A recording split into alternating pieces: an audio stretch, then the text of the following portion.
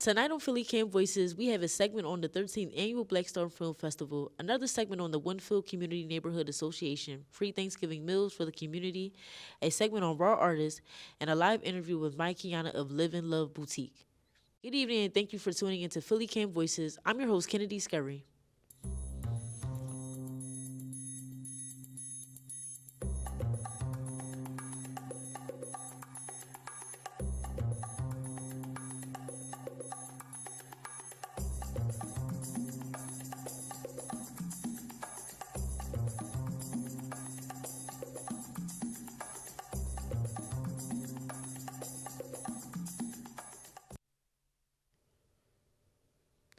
For 13 years, Black Star has been hosting their annual film festival that centers the stories and voices of Black, Brown, and Indigenous folks.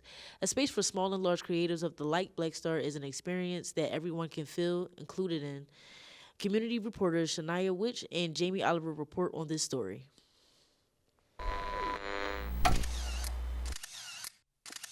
For 13 years, Black Star Film Festival has been a space for all to tell stories that highlight community, love, and humanity. This year's festival outdid itself for celebration of culture, creativity, storytelling, and was definitely one for the books. Love this festival. I think it's like a big family reunion, and I think the films are so special and nourishing in general. I feel like it's like an alternate universe when I come to Black Star. I just like watching movies, and I love that this is like a Black and Indigenous film festival specifically. So I wanted to come back and volunteer just so I could get back to the community here in Philly, but also the community of filmmakers. Major reasons why I like to come out is just to be able to connect with other artists that look like me, and gives me more insight to see how I can further expand my artistry. I moved to Philly in about 2017, and it's just really good to be able to see a large gathering of us.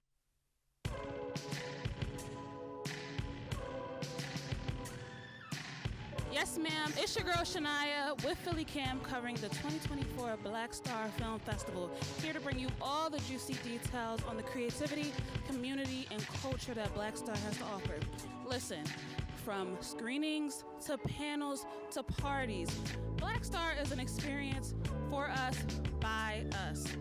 Let's go. Is this your first Black Star Festival? Yes, this is my first Black Star Film Festival.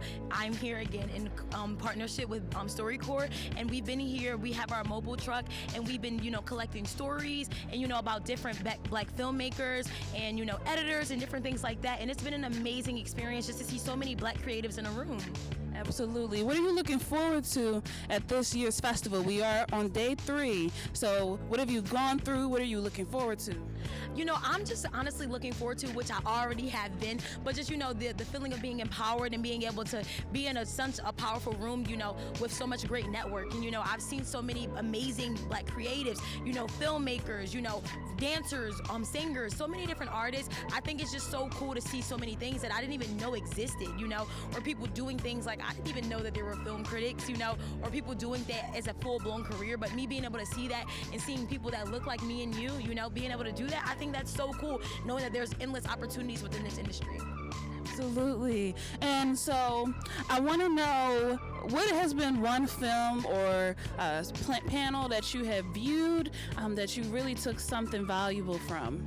So I haven't had the opportunity to see a film yet, but I am so excited to be able to see which I have made plans. Tomorrow is an Audre Lorde filming, and I am so excited because I am a great fan of Audre Lorde, and I cannot wait to be able to see her film tomorrow.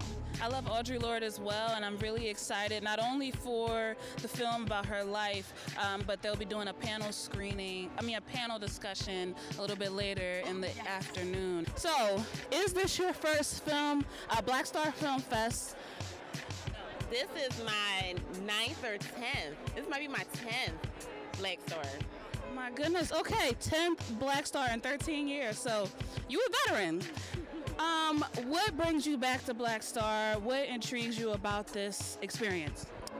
One, I just am excited that there's a Black Film Festival happening in Philadelphia, my hometown.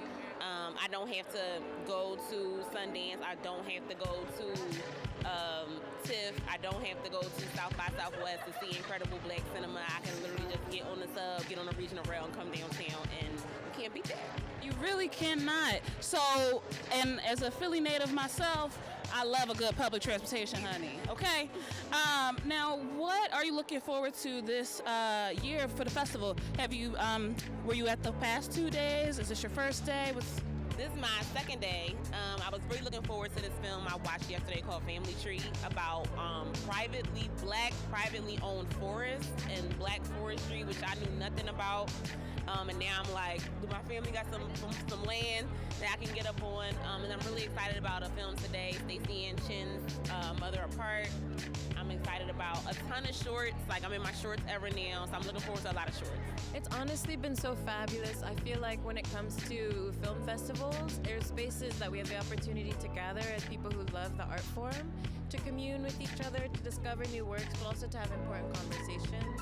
And I feel like there's some festivals that like that from a gestural position of like community, radical filmmaking. But I haven't seen it be so earnestly, authentically embodied in the bones of the programming, in the bones of the festival, like I've seen at this festival. Reporter Jamie Oliver spoke to Dee Dukes, president of the Winfield Community Neighborhood Association, about their free Thanksgiving dinners and turkey basket giveaway. Let's see what they had to say.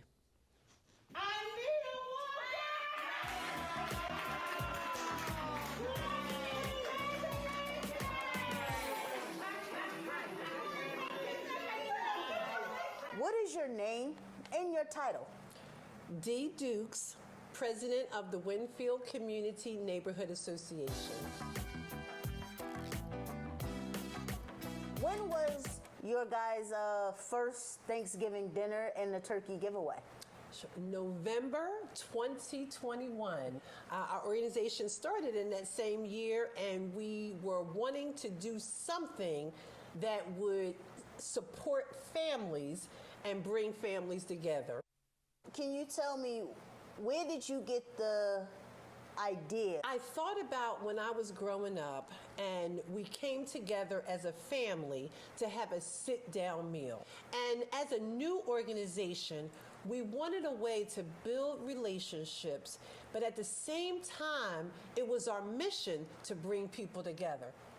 I know that you're doing a dinner, and I know that you are giving away turkeys, but what's the difference between the two?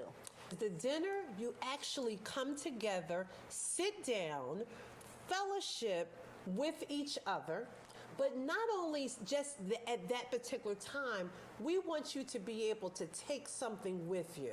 And so the turkey is what you can take with you to either have at your own Thanksgiving dinner, or you can have it at another celebration time. And so we wanted you to walk away with having 2 meals instead of 1. And then we have entertainment there. We invite different organizations to come and fellowship with us. And we also have corporate sponsors. So we make it a fun-filled evening. So how many families can you say that you have provided meals for since you began? So when we started in 2021, we started off with a smaller group. We probably gave away about 20 turkeys. The next year, 2022, we almost doubled that. We gave away about 30, 35 turkeys. Last year was awesome. Nice. We gave away between 40 and 45 turkeys. And so this year, we're looking to exceed that number with the amount of turkeys that we're going to give away this year. It is a huge endeavor, and everyone working together with the volunteer schedule to make sure that we know what we're going to be doing on the day of the event. And most of the folks that we do use from is within. These are all of our community people. This is family. This is friends that all come together to work to make sure that this day is a wonderful experience. So when and where will you guys be doing this Thanksgiving dinner that we're talking about and getting everyone so enthused about it? And will you also be giving away the turkeys at the same location? Yes. So our host location is called Mingle Event Studio. They have been a huge partner of ours from the very beginning. That's where we host all of our events. But this is where this event is going to be hosted, 1905 North 54th Street. Folks are so excited because after you have dinner, you know that that basket is coming, or you know that that raffle is coming. So if someone wanted to donate or if they wanted to sign up to volunteer, is it still open for donations and to sign up to volunteer? Oh, absolutely, yes. Volunteers are always acceptable. Donations, we are a nonprofit organization, so everything we do is based on donations and support for us to the community. So you can do that by going to our website, winfieldcommunity.org, and we have a link right there that says donate. Wrapping this up, you just said that you guys have other events throughout the year. Tell us just briefly a little bit about some other events that you guys do. Our next big event that we have is going to happen on December 9th is our holiday party and toy giveaway. Huge event, again, serving about 70, 75 families. We also have in June a health event. Our health and wellness team sponsors that event. We have a backpack giveaway in August, and then we have a voting event in both April and October surrounding the general and primary elections. And the thing that we're really so grateful about is teaching technology to our older adults and our seniors. Yes. Technology on their cell phone. Well, I'll definitely make sure I get the word out. Thank you. And I appreciate you sitting down and talking to me and letting me know about all the wonderful things that you guys are doing, and especially what you guys got coming up in November regarding, the Thanksgiving dinner as well as the turkey giveaway.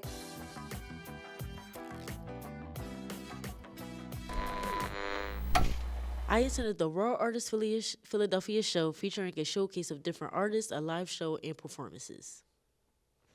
Hey everybody, it's your girl Philly again, and I'm here with Philly artist Mike, and we're here to talk about it all. So tell us about your journey in art. So for me, I think every artist literally grew up making art. I don't think nobody ever jumped in like late in the game.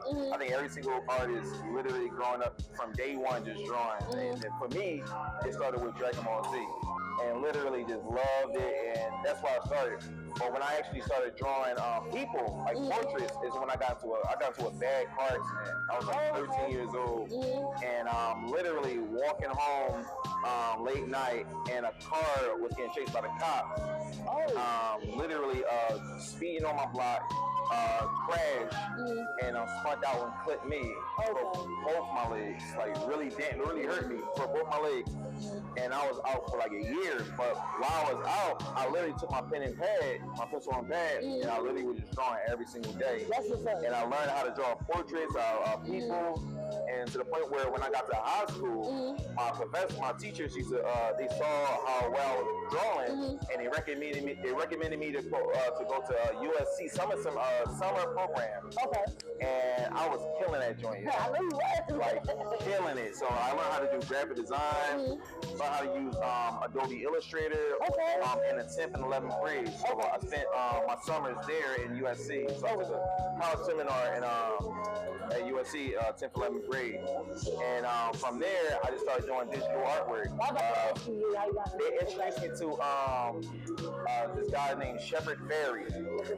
So Shepard Fairey, a lot of people don't know who he is. So like he is like the guy. So he's been my inspiration since I can remember. So he does stuff that's like political, stuff that's like it's kind of funny sometimes.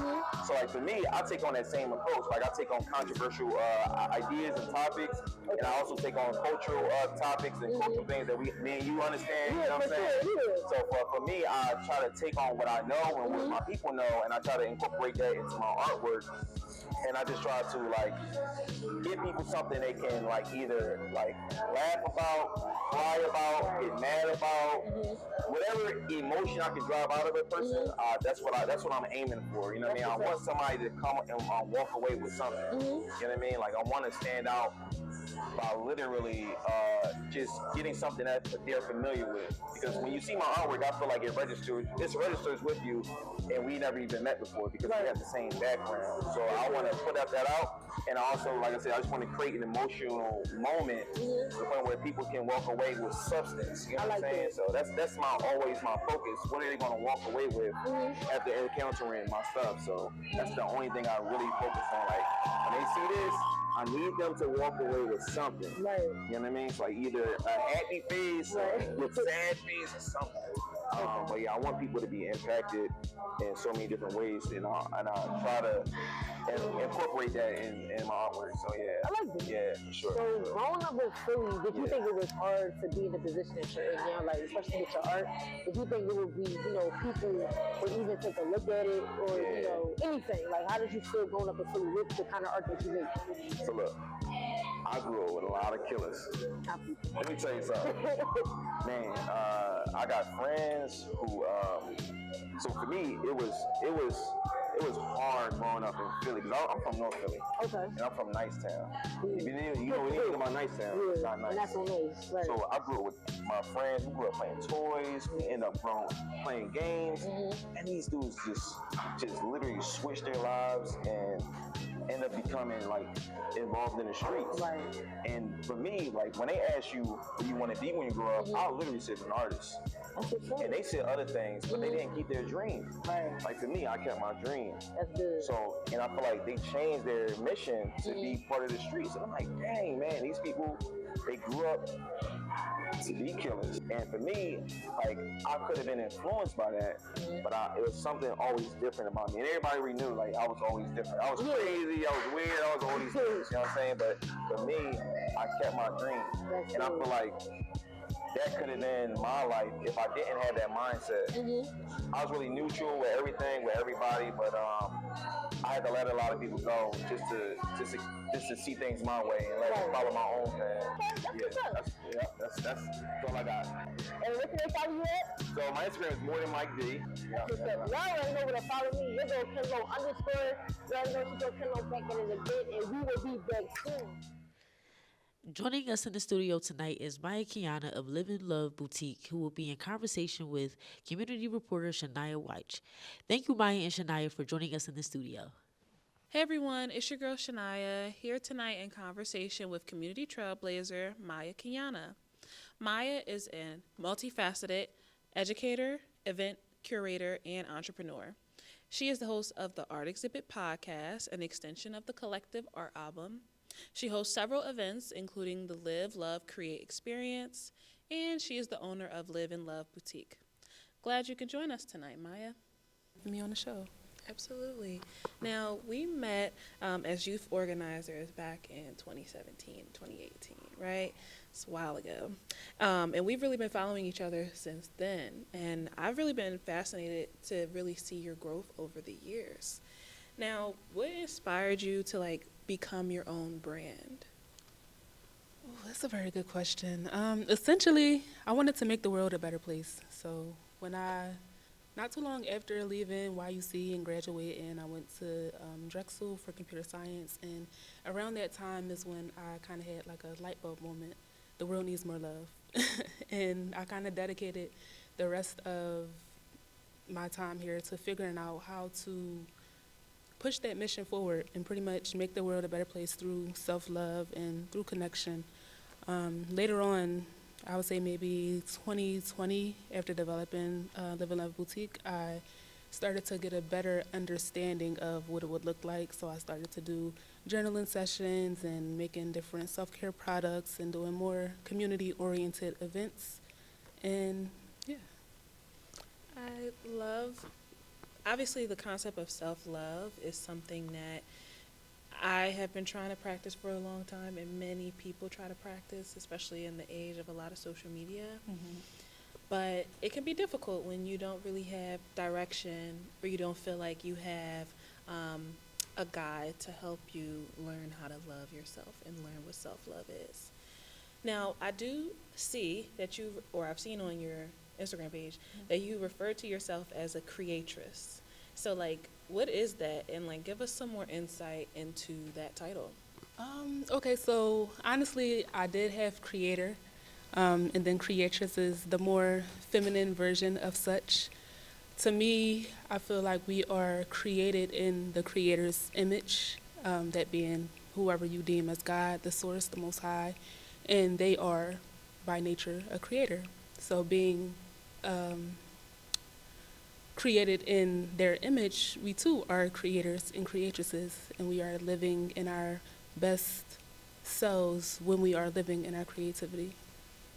And that can look like anything. Like anything you put your signature on, you are creating. You're creating this conversation in this environment by initiating this talk. I love that. And like, pretty much like, even if we just, let's say, I don't know, I make some food, even if it's just for nourishment and to take care of myself, it's like I'm creating, Yes. I'm making something, and transferring energy. Yes, You know, that is in a very this big moment. one. Yeah, Mhm. definitely. So like, obviously, it's not hard to be like, not hard. It's not easy to be an entrepreneur. It's not easy to really like navigate developing your own brand and getting the word out about your creativity and what you do.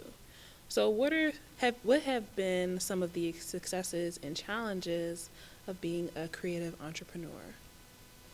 Honestly, one of the things that I love about my brand is that it's based on self-love, and the three pillars are free expression, mindfulness, and psychology. So these are things that you kind of promote by just being, because I feel like self-love is loving yourself in all aspects, and that's just, you show that to the world. That could be you being happy, you being sad, you just going through daily life and loving yourself through it all. So there's not much that you have to remember to do in order to do that. But one of the things that doesn't come so easy to me is promotion and marketing. Like I am more of the just doing part and not so much of the talk about and promote part. So the way that I have grown in that area is to make friends, connect with community. There are so many people who have similar mindsets and ideas. Shouts out to Sheen Anthony, shouts out to the creative community, shouts out to our album. Like there are so many collectives who can help you in those different aspects, whether it be intentionally or whether it be through someone that's through another person, if that makes sense. No, it does, and I'm very familiar with Art Album, as one of the co-creators of that collective. Was also an organizer with us at Youth United for Change. But I love that you kind of brought up the point of that network and that creative community network in Philly, because like my next question is like, what has been your experience with the young creative community of Philly? Oh, that's a great question. My experience, the first thing that comes to mind is like when I first started to join the creative community of Philadelphia, that was through our album. And that was where I started to do like open mics and hosting events, started to do interviews for the first time. And it's just a lot of talent in Philadelphia, which inspired me to start a podcast called Art Exhibit Podcast, interviewing those artists. And it's just so much unique, untouched talent, like in these people. By them, I don't even think they know. Like somebody could just walk up and have an amazing style, and I'm like, you could be a stylist. Or the way you speak is just so elegant. Like you could be a poet, you could be a singer. And that's one thing I love about existing in those environments, is just to shine a light on people's internal light. Absolutely. And I would definitely agree that even though I kind of like on the what's it called, like outskirts, but also on the end of the creative community, the spaces that I have been in, I find so many people who are like great comics, like artists, whether that is like tactical or tactile, is that the word? Textile. Whether it's like textile. I'm not that good with the words either. I'm not good with words tonight.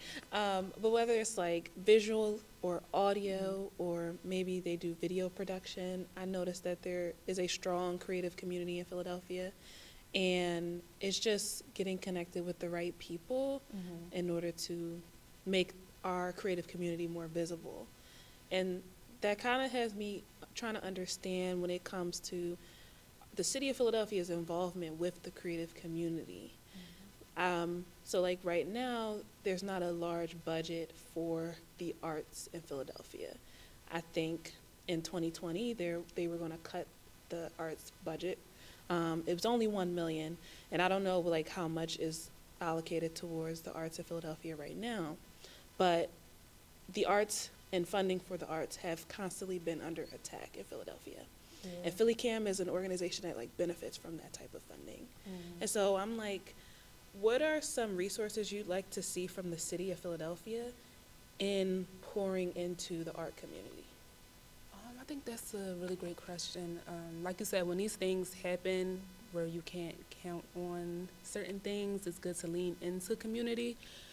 But I guess what I would like to see ideally is like those resources put back to where they were. Like I remember being in school and having music class and different art classes and extracurricular activities that I would say were kind of sparse back then, and now they're like non-existent. So that would be a great start. Also, the city can connect with different community organizers and community builders who already have those things in place. There are organizations that are already doing art therapy, that are already holding space for young creatives. So connect to the people in the community and work together. Thank you. That's a really good point. So I feel like my last question is going to really be about where could people find more about you, where they can follow you, and like what are some of the experiences that you and your network provides to the community? You can follow me on Instagram at Maya, M-A-Y-A, Keeyana, Keeyana. And you can also be on the lookout for an event called Live, Love, Create, which is a space that me and my brother Sheen Anthony, who is an amazing creator himself, we co-host this space every other month. It's a space to just be. We call it a pit stop on the journey of life, and we do a bunch of different things, including journaling, collective painting, and we have a community sponsor at the event do a workshop if they're choosing to share whatever resources that they would like to share with the attendees as well.